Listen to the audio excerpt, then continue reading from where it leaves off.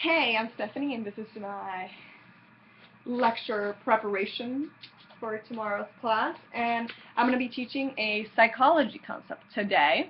Let me get started on it.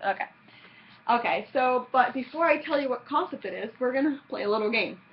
Alright, so here I'm going to give each person a piece of paper, and each paper has 3 words, and for these 3 words, you have to try to make a new word out of it. Alright? So what we're going to do is we're going to start by number 1 and go all the way to number 3. Alright, so here you go, Matt. Here you go, Susie. Alright, so don't open it yet. What we're going to do is we're going to do it as fast. These are not difficult words at all. So what we're going to do is we're going to write it. You're going to write it on the bottom of that word. And once you have your answer, just raise your hand. Alright? You guys got it? Alright, so open your papers and go on. And once you have your answer, raise your hand. Alright, I see that. Alright, Matt, you got the answer? Susie, don't worry about it. You know what? Let's get to number 2. Alright? Just take off that first sticky. Alright, so once again, just raise your hand whenever you have your answer. Alright, Matt, I see you have your hand up.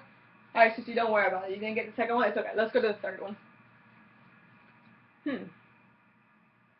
Once again, raise your hand when you have your answer. Alright, I see. Okay. Matt, you got your answer again? Susie, you didn't get an answer? Alright, let's talk about this now. Alright, so what happened was, let me flip the page. Okay, so what happened was that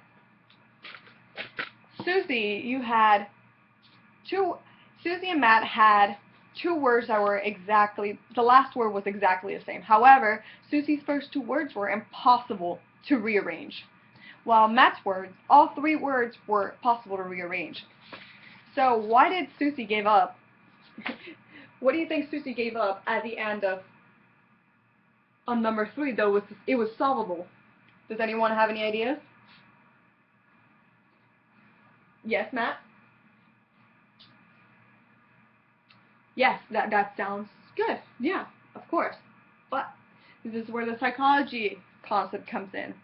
What happens was, this is a psychological term called learned helplessness. So what happens is that Susie decided to give up. And this is learned helplessness. So learned helplessness is a sense of hopelessness and resignation learned when a human or animal perceives no control over a repeated bad event. So in this case, Susie's bad event was that she kept getting worse as she wasn't able to answer. So once she got to the third one, she just gave up completely. She was like, oh, why am I even trying this anymore? Does that make sense to you guys? Okay. So basically, she just gave up. And even seeing Matt getting all the answers right, it was probably like, oh, what's going on? Does anyone else have anything else to say about this? What else do you think she might have given up? Yes, Susie? Alright, that sounds like a good hypothesis, yes. Alright. So, yeah, exactly. So, whenever you have bad events, you just kind of give up on it.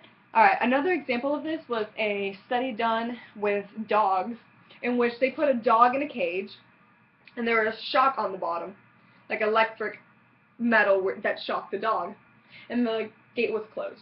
So what happened was they put the dog in there and they shocked them every once in a while, and the dog tried to escape in and out, tried all he could to get out until he gave up on it. And at one point they opened the gate and he did, and they kept shocking him, and he just stayed there like, there's nothing else for me to do here. While the other dog and the other dogs in the other condition were given a gate that was open from the beginning and just ran out as soon as the shock came through. So why do you think that happened? Yes, Susie? Yes, yeah, exactly. Learned helplessness. It was a bad event that kept happening on, and the person just gives up. So learned helplessness is a symptom of depression. Like, depressive people get this all the time. So what do you think that? What do you think a depressed person might have this? Yes, Matt? Absolutely. Absolutely. So, yeah, so it's a reoccurring bad event. So if the person sees no way out, is just likely to give up and learn helplessness once again. So, once again, it's learn helplessness. If you have learned helplessness in an event, you will not try to escape the situation. Even if the opportunity is there. Just like the dog had the opportunity to leave the gate, it didn't do it because too many bad events happen at once. Does anyone have any questions? All right, thank you.